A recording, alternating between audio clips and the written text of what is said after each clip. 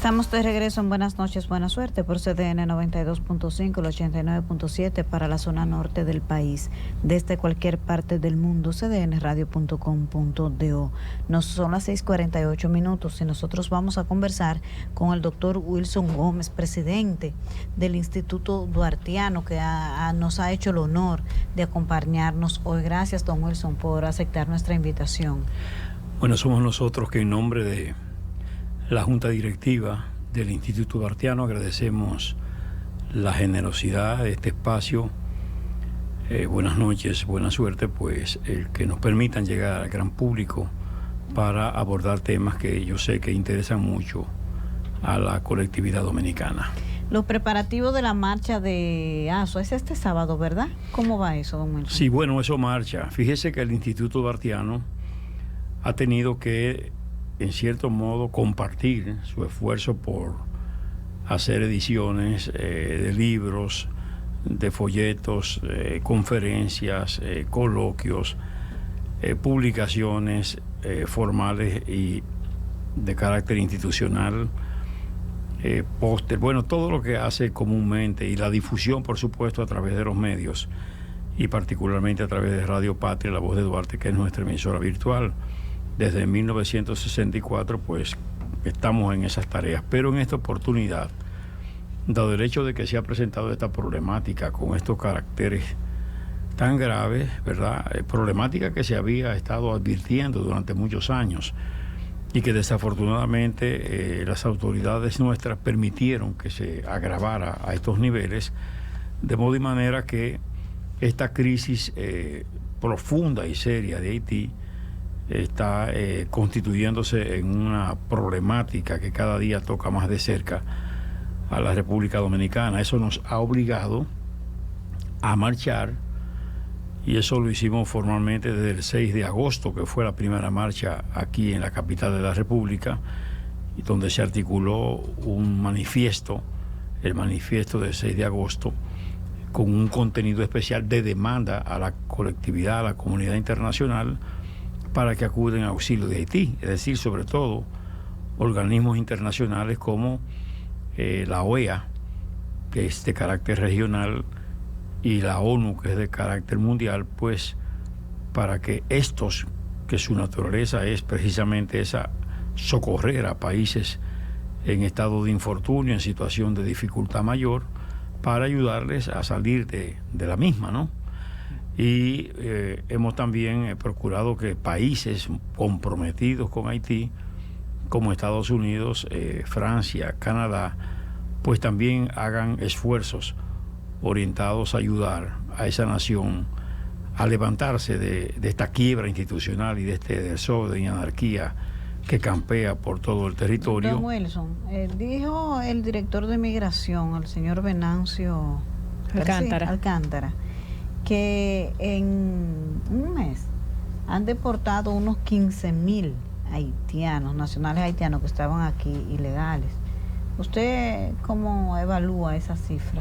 Bueno, es una manifestación que yo diría de buena fe por parte del nuevo director general de Migración, pero todo el mundo sabe que eso es insuficiente, es decir, eso no guarda relación con la proporción de población ilegal e indocumentada que ha cruzado en los últimos días, para no decir meses, para decir la gravedad de los últimos días, la frontera, y que siguen cruzando, porque mucha gente, cuando se habla de frontera, piensa en los portones formales que hay en determinados puntos. No, es que hay zonas que no están protegidas, zonas por donde pasan los haitianos en fila, ¿no?, constante, porque no hay carretera. Ahí lo que hay es caminos que ellos mismos se encargan de mantener bastante claro por su paso. Y eso ocurre, por ejemplo, en el paso del Aguacate, que está en esa zona de lo que es la provincia de Barahona, Neiva, Independencia. Y entonces hay ese paso constante, ¿verdad?, por esa zona. Y hay otros puntos por donde pasa sin ninguna dificultad esa masa haitiana que ingresa a la República.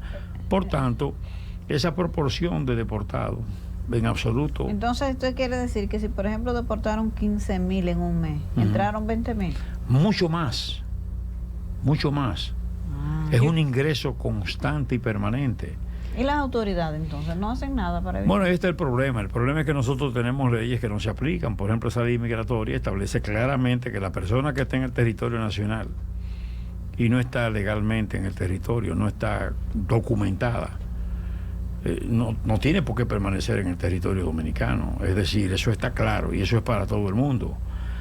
Y lo mismo la propia disposición legal, el Código Laboral de la República Dominicana, que establece el 80% para la mano de obra dominicana y 20% para la extranjera, es un asunto que no se cumple. ¿Usted cree que el muro sea suficiente para la frontera para detener ese desplazamiento masivo? Y ahí, antes que usted responda, quisiera agregar algo, porque sobre el muro, para que usted nos responda completa las inquietudes. Aquí estuvo el coordinador general de Participación Ciudadana y dice que a él le parece que el diseño físico de este muro es como frágil, que no detiene nada porque no está un hombro de una persona de un tamaño normal, y que no le parece que tenga una estructura que permita evitar el paso de ilegales. Mire, el muro por sí mismo significa mucho y es parte de la solución o de los controles de ingreso al territorio nacional. No tenemos nada.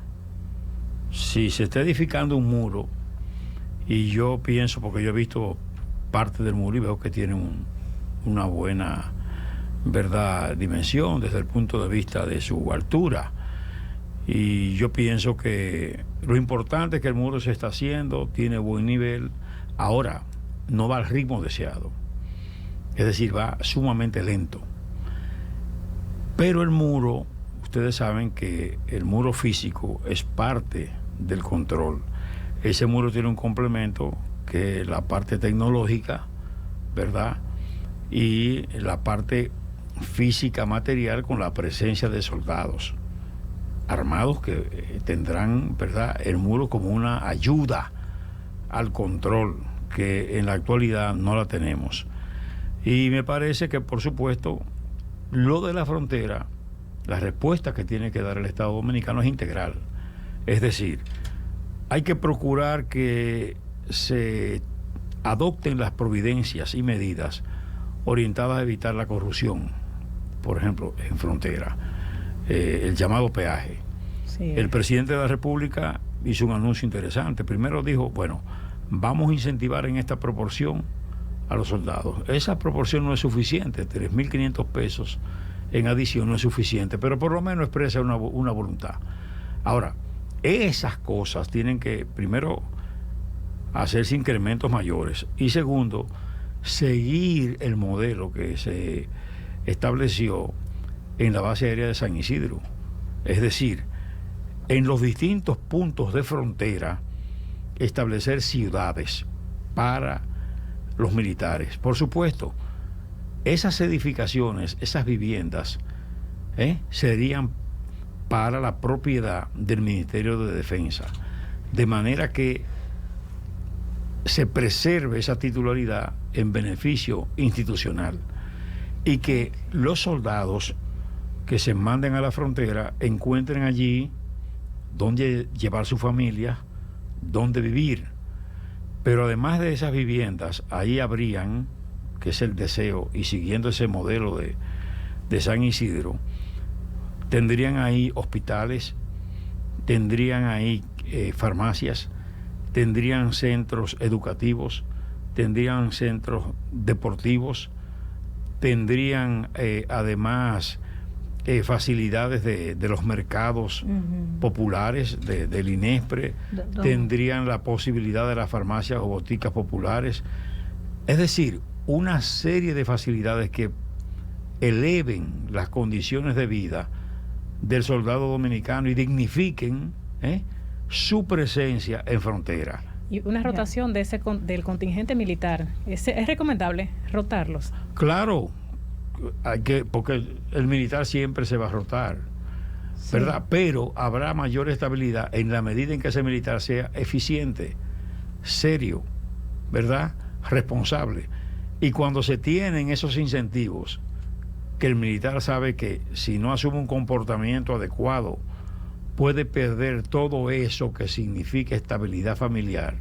Ellos van a cuidar como cuidan la gente de San Isidro, y ahí hay un comportamiento, ahí hay una conducta de la familia, de los hijos y de los propios militares que tendrían que asumir, por supuesto, una rectitud en términos de su comportamiento, porque se va a saber a la hora que salen, a la hora que llegan, sí, su comportamiento, su manejo con la familia. Sí, don Wilson, ya casi estamos terminando, pero una preguntita que no quiero que se quede. Hay denuncias de que con el censo que se va a hacer, se pretende identificar a los ilegales con el objetivo de dotarlos de documentos. ¿Usted comparte esa inquietud? No, es que de ninguna manera. Es que no pueden dotar a nadie de documentos que no sea mediante los procedimientos instituidos por la ley. Y la ley migratoria establece en qué circunstancias y condiciones se dota a un extranjero de documento nacional. Puede ser que sea para residir en el territorio nacional, y eso es posible, pero hay que cumplir con una serie de requisitos.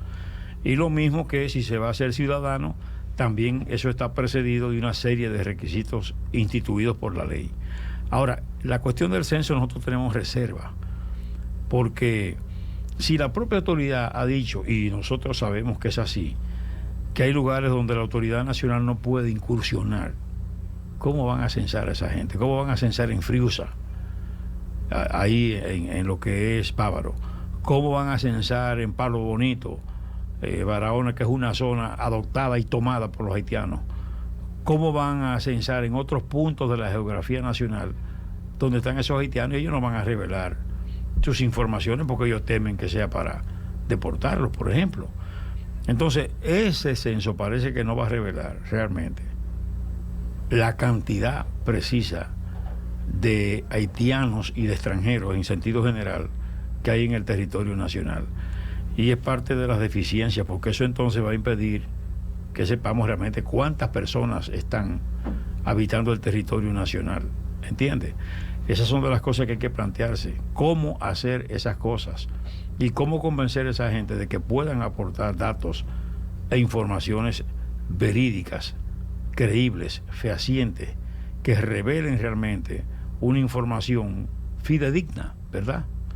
En lo que tiene que ver con la marcha, les digo, esta es la tercera versión, ya fue Santo Domingo, fue Santiago, ahora será Asua, y ahí se expresará el sur de la República. Es el próximo sábado 5 de noviembre a las 10 de la mañana.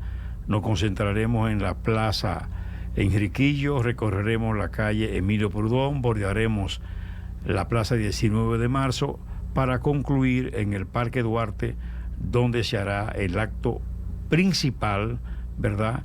Y nosotros estamos seguros de que será una demostración más del pueblo dominicano demandando, por un lado, que la comunidad internacional asuma Haití en Haití. Eso por un lado. Y por otro lado, que el Estado dominicano, a través de quienes administran el Estado, que son los gobernantes, y en este caso particular el gobierno, asuma su responsabilidad de cumplir con los puntos establecidos en ese manifiesto, que son 9 puntos para que la República Dominicana preserve su integridad, su soberanía y su libertad. Gracias al doctor Wilson Gómez, presidente del Instituto Duartiano, por acompañarnos. Un honor. Señores, nosotros nos encontramos mañana de nuevo. Buenas noches y buena suerte.